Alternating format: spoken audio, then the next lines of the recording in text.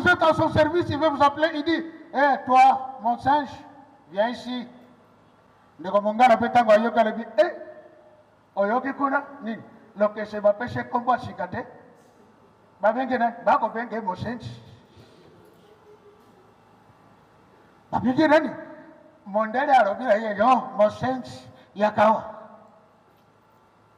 Et aujourd'hui, quand quelqu'un agit mal, on dit, oh ben, frère mon singe. Oh, mais mon singe veut dire mon singe. On nous appelait de quoi? Des singes, des macaques. À ceux qui connaissent l'histoire, on a pris des enfants noirs ici au Congo. On les amène en Belgique jusqu'à l'Espagne, placés dans la cage, et on dit aux petits enfants blancs, venez voir une nouvelle race de macaques qu'on a attrapée au Congo. J'ai lu un document, on dit, la reine Fabiola s'était tellement insurgée, il dit, non, c'est aussi des humains comme nous, c'est seulement la peau qui nous sépare. Mais on nous a considérés comme quoi? Des macaques, des singes. Aujourd'hui, chacun de nous peut décider quand il peut se rendre à la Gombe. Qu'est-ce qu'il peut aller chercher là-bas à la Gombe? Personne ne lui dira, monsieur, où est-ce que tu vas? Mais à l'époque, vous voulez vous rendre à la Gombe, il y a des barrières. Si vous n'êtes pas un évolué avec votre numéro de matricule, vous ne pouvez pas y accéder. Quand vous arrivez, on dit, monsieur, où est-ce que vous allez? Je vais ici à Kalina. Est-ce que vous avez votre carte? Chef, je l'ai oublié. Allez, retournez. Et vous allez monter à mon boulot. Allez, Songapune Panapino.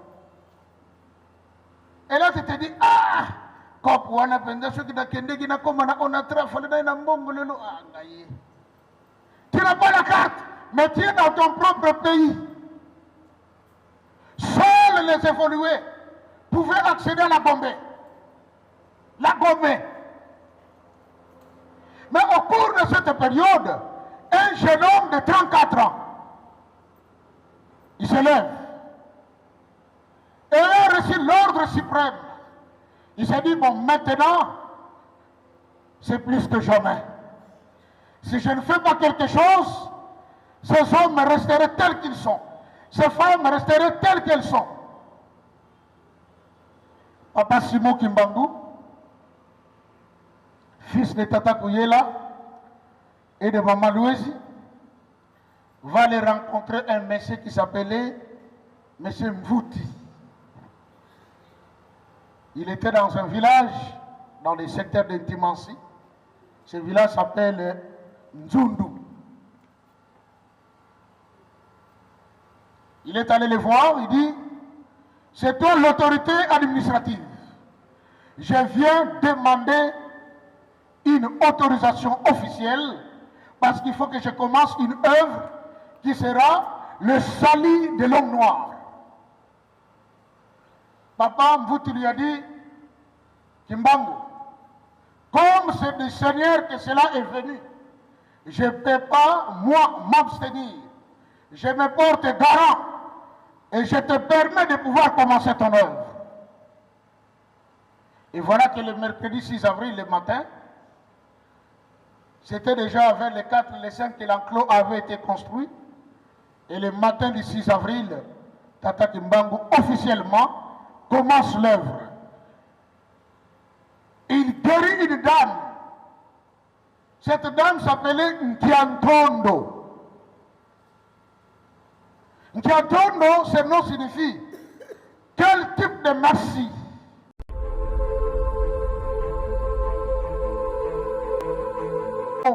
Sont allés jusqu'en Guinée. Quand on dit le Bénin-Congo, c'est quel peuple? On en parlera peut-être plus tard, si Dieu nous accordera la chance d'être encore ensemble. Maintenant, en ce qui nous concerne, étions-nous libres? Moi, je dirais non. Depuis la date ou la période de 1482, où un certain Duarte Lopez, alias Diogo Cao, vient découvrir ce qu'on appelle l'embouchure du fleuve Congo, que quelque chose était né. Et dans nos écoles, nous sommes restés là, sur ce qui a été calqué par l'homme occidental. Qui a découvert l'embouchure du fleuve Congo? Les enfants montrent du doigt et disent, c'est Diego Cao. Acclamez pour lui, on acclame. Moi je dis c'est une aberration. Lorsque Diego Cao arrive à Mwanda et découvre l'embouchure, les Baoyo vivaient déjà là-bas, ils connaissaient l'embouchure. Vrai ou faux? Vrai ou faux? Entre Diego Cao et les Baoyo, qui était le premier à découvrir l'embouchure? Qui était le premier?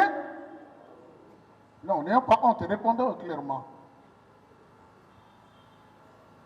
Vous savez, pour nous, les Noirs, et en particulier les Congolais, nous aimons toujours la chose que l'homme blanc habite. Là, elle nous va trop au cœur. Si c'est noir qui le dit, il dit ah. Vous savez, en animant la conférence comme ça, certains intellectuels peuvent se dire, bon, cet homme, ces choses qu'il veut dire, il les a tirées de quel livre? Parce qu'on nous a appris, pour parler de quelque chose, c'est que vous devez d'abord la lire quelque part, et vous venez la développer. Mais celui qui avait écrit en premier, il avait lu où?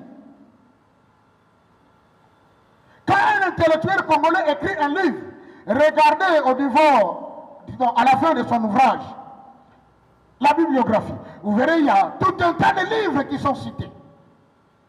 Et la quasi-totalité des livres qu'on cite, c'est des livres de blancs. Vous direz, comme avait dit Jean-Jacques Rousseau, comme avait dit Socrate, comme avait dit. C'est ainsi que dans le kimbangisme, il y a un cantique qui dit ceci.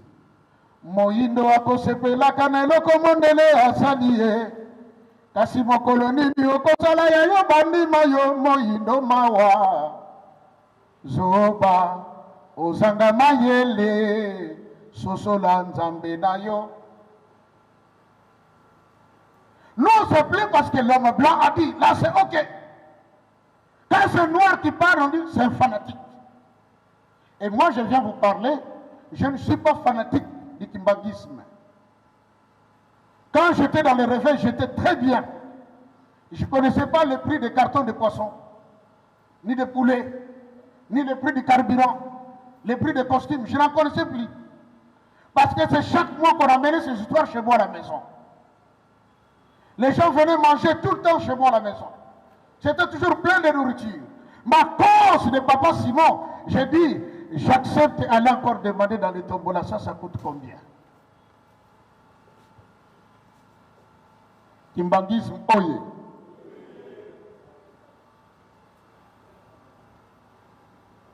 Diego Cao arrive avec son équipe et voilà, s'installe un autre système dans les royaumes. Alors que nous étions libres, alors que nos royaumes étaient bien organisés, bien urbanisés, bien structurés, avec une politique bien assise. Sir McKinley, à l'Assemblée générale de Londres, il dira ceci. It is very difficult for us to destroy these people. But if we want to do it, and then we have to destroy their column. C'est difficile pour nous de détruire ce peuple. Mais si nous voulons les détruire, nous devons attaquer leur colonne vertébrale qui est leur culture. Et par conséquent, ils nous attaquent dans l'ensemble, dans notre culture, en détruisant notre spiritualité, en détruisant notre système éducatif et tous les éléments qui s'en suivaient. On nous a fait croire que le vrai Dieu, c'est celui-là qu'eux ont amené. Mais rappelez-vous, le roi de Belge, en voyant les missionnaires au Congo, il leur a dit ouvertement, n'allez pas leur apprendre qui? N'allez pas leur apprendre qui? Parce qu'ils sont quoi? Ils le connaissent déjà. Léopold, il dit ceci aux missionnaires. Ces peuples-là savent que prendre la femme d'autrui est un péché. Voler, tuer est un péché. Mais dites-leur seulement, heureux les pauvres, parce que le royaume des cieux est à eux. Mais à ce que je sache, la Bible dit, heureux les pauvres en esprit. Un pauvre en esprit, c'est celui qui est prêt à tout recevoir, analyser et garder en lui. Mais lorsque j'ai bien regardé, je me suis dit, c'est comme si le roi avait raison. Pourquoi? Le mal de l'homme noir et du Congolais, nous sommes tous des je les connais. Vrai ou faux? Quand vous voulez dire quelque chose à un Congolais, il te dit, frère Tika, oh, naïe biango. Lorsque tu commences, tu sais qu'il y avait tel, oh, t'es, ça l'a bon côté, naïe biango, le caillot. Mais ce que j'ai appris chez l'homme blanc, qu'il connaisse ou pas, quand il dit quelque chose, il reste d'abord calme, il te suit. Et puis il commence à te poser des questions. Joseph, oui, mais quand tu as dit ça, ça voulait dire quoi ça? Non, mais ça voulait dire ça et ça et ça. Ah bon, oui, mais moi j'en connaissais, mais pas vraiment comme tu le disais. Hein. Et là, je viens d'ajouter quelque chose. Très bien, félicitations, bravo. Oh, tu as bien réfléchi. Mais chez nous, on dit toujours, Masatika, oh, naïe biango. Nous ne sommes pas pauvres en esprit. Nous nous sommes fait riches, mais sans avoir rien. Et au cours de cette période de l'esclavage, l'homme blanc pouvait décider sur le sort de chacun de nous. Avez-vous accompli la quantité de caoutchouc? On acclame. Vous ne l'avez pas accompli? On vous coupe la main. Personne ne va discuter. Lorsque vous êtes à son service, il veut vous appeler, il dit, hé, toi, mon singe, viens ici. Le commandant a pété à Yoka, il dit, hé, Oyoki Kuna, ni, le que se va pêcher comme quoi chicate, va bien que va copier que mon singe. Va bien que mon délai a repris, il dit, oh, mon singe, Yakawa. Et aujourd'hui, quand quelqu'un agit mal, on dit, oh, ben, frère, mon singe, oh. Mais mon singe veut dire mon singe. On nous appelait de quoi? Des singes, des macaques. À ceux qui connaissent l'histoire, on a pris des enfants noirs ici au Congo. On les amène en Belgique jusqu'à l'Espagne, placés dans la cage, et on dit aux petits enfants blancs, venez voir une nouvelle race de macaques qu'on a attrapée au Congo. J'ai lu un document, on dit, la reine Fabiola s'était tellement insurgée, il dit, non, c'est aussi des humains comme nous, c'est seulement la peau qui nous sépare. Mais on nous a considérés comme quoi? Des macaques, des singes. Aujourd'hui, chacun de nous peut décider quand il peut se rendre à la Gombe. Qu'est-ce qu'il peut aller chercher là-bas à la Gombe? Personne ne lui dira, monsieur, où est-ce que tu vas? Mais à l'époque, vous voulez vous rendre à la Gombe, il y a des barrières. Si vous n'êtes pas un évolué avec votre numéro de matricule, vous ne pouvez pas y accéder. Quand vous arrivez, on dit, monsieur, où est-ce que vous allez? Je vais ici à Kalina. Est-ce que vous avez votre carte? Chef, je l'ai oublié. Allez, retournez. Et vous allez monter à mon boulot. Allez, Songapune Panabino. Et là, tu te dis, ah! On a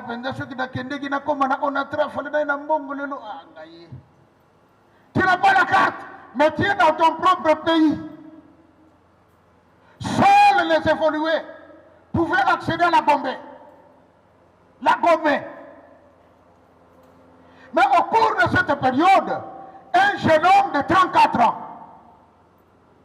il se lève et a reçu l'ordre suprême. Il s'est dit, bon, maintenant, c'est plus que jamais. Si je ne fais pas quelque chose, ces hommes resteraient tels qu'ils sont. Ces femmes resteraient telles qu'elles sont. Papa Simon Kimbangu, fils de Tata Kouyela et de Maman Louezi, va aller rencontrer un monsieur qui s'appelait M. Mvouti. Il était dans un village, dans les secteurs d'Intimansi. Ce village s'appelle Nzundu. Il est allé les voir, il dit, c'est toi l'autorité administrative. Je viens demander une autorisation officielle parce qu'il faut que je commence une œuvre qui sera le salut de l'homme noir.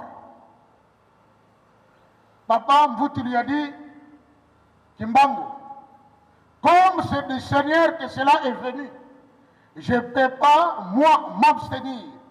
Je me porte garant et je te permets de pouvoir commencer ton œuvre. Et voilà que le mercredi 6 avril, le matin, c'était déjà vers les 4 et les 5 que l'enclos avait été construit. Et le matin du 6 avril, Tata Kimbangu officiellement commence l'œuvre. Il guérit une dame. Cette dame s'appelait Nkiantondo. Nkiantondo, ce nom signifie quel type de merci, quel genre d'action de grâce que vous me présentez. Et la dame souffrait de maux de tête, qui pour que ce maux de tête se calment, on devait placer une grosse pierre sur sa tête. Tata Kimbangu arrive au village de Ngombe Kinsuka, il regarde la dame et dit, elle souffre trop celle-là, comme le Christ m'a envoyé, laisse-moi faire quelque chose. Il va prier, la dame était guérie. Mais vous savez la première réaction? La femme s'insurge contre Papa Simon. Il dit, si j'ai souffert comme ça, c'est toi qui m'as envoûté, c'est toi qui m'as ensorcelé. Comme tu as senti que tu étais incapable de m'achever, voilà pourquoi tu es venu ôter ton mauvais sort. Mais plus tard, les gens du village vont comprendre que non, Kimbangu est venu réellement pour notre salut. Alors les Bambuta se sont réunis. Ils lui ont posé la question de savoir, Moutamout, nous depuis longtemps on attendait ce que tu es en train de faire. Ceci a été dit depuis Mbanza Congo, par le prophète Mbouela, par le Mama Mafuta, et à de surcroît, une dame dont le nom ne peut être gardé dans les secrets, Mama Kimpatiamvita. Kimbagis Moye. Kimbagis Moye. Il y a une chose que nous avons amenée. Quand quelqu'un doit être baptisé, on dit, comment tu t'appelles? Oh non, je m'appelle le Wawan ou Mavakala. On dit, à partir de ce jour, tu portes le nom de Barthélemy Diaz. D'accord? Oui.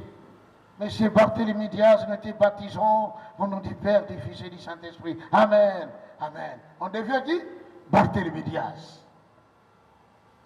Il y avait une jeune dame qui s'appelait Ntimba Kenge, qui a reçu le message de la part de Dieu, qui lui dit, le royaume vient d'être corrompu, et il va à la dérive. Relève ce peuple, dites-leur que leur Dieu est vivant. Quand cette dame a commencé, elle a été combattue. Et son message, elle disait, ne croyez pas à l'évangile de ces gens, parce que ce qu'ils sont en train de nous enseigner, c'est un jeu qui cache le combat. Kimpa Tiamvita. Et les Blancs l'ont surnommé Kimpa Vita. Et toi, Kimpa Vita, viens ici. Son vrai nom, Ntimba Kenge. Mais on la surnomme de son message. Et c'est elle, en date du 2 juillet 1706, quand on a pris la décision de pouvoir l'immoler, la brûler vive avec son enfant, que l'homme blanc va se rendre compte que l'enfant qui était au dos va se transformer en une colombe et s'envoler. Alors ils ont compris ce qui est écrit dans la Bible. Je viens dire à quelqu'un ici, la Bible que nous lisons, la Bible, que personne ne vous trompe. Ceux qui vous disent que la Bible c'est l'homme blanc qui l'a amené, la Bible ne nous appartient pas. Nous avons notre propre livre. La Bible a été écrite par nos ancêtres.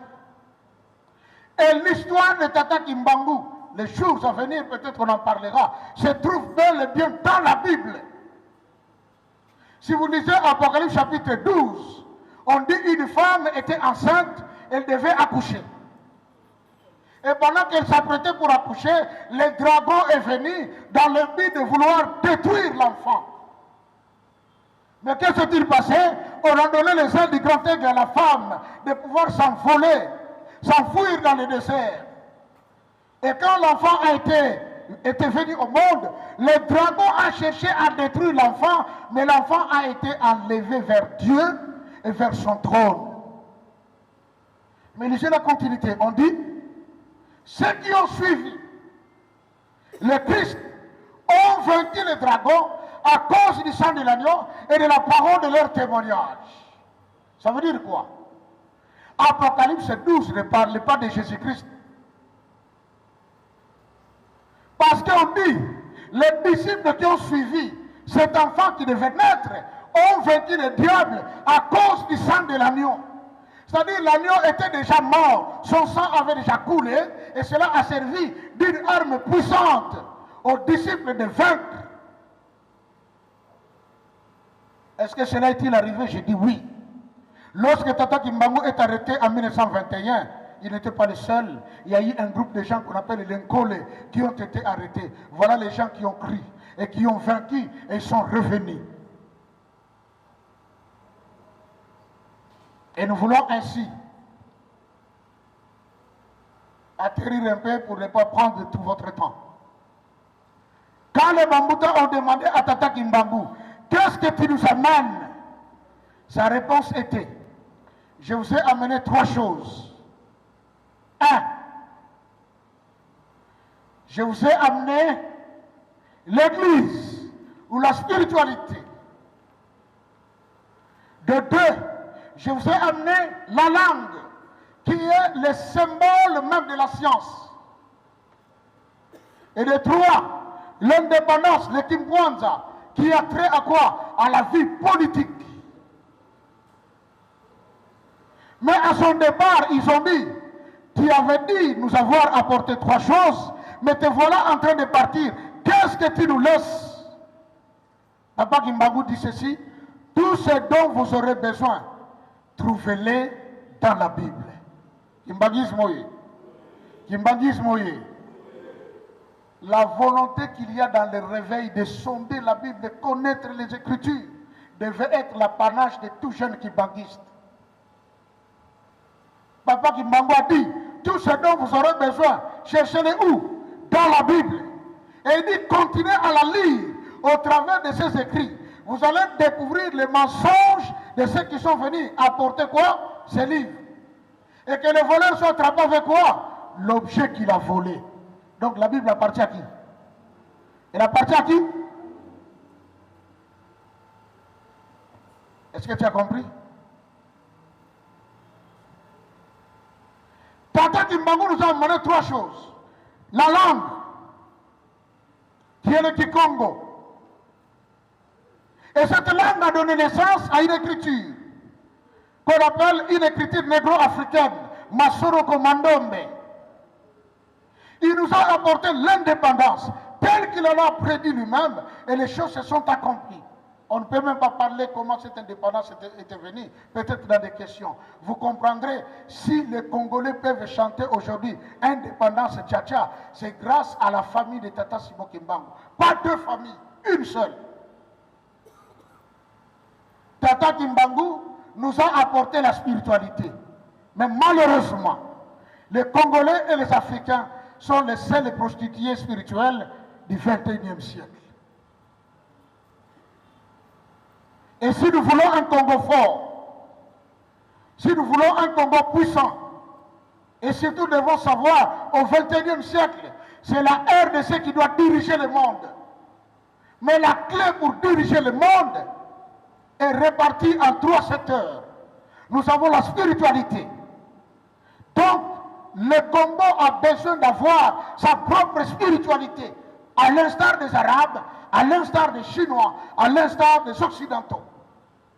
Et notre spiritualité est basée sur le kimbanguisme.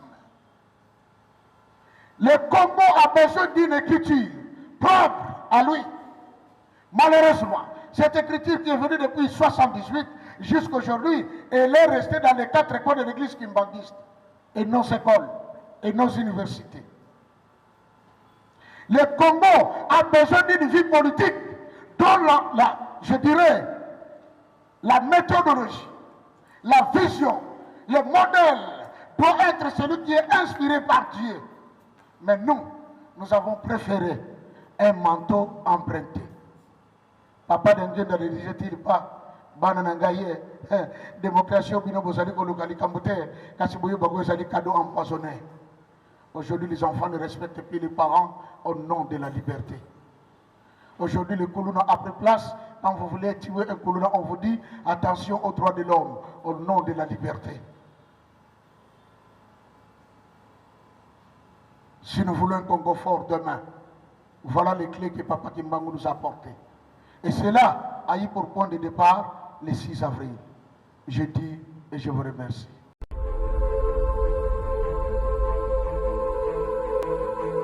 Ophelina, Jésus est mon papa. Naye liboso na bino pour représenter bino bana o bozomona na bilili pe ba difficulté tozanango.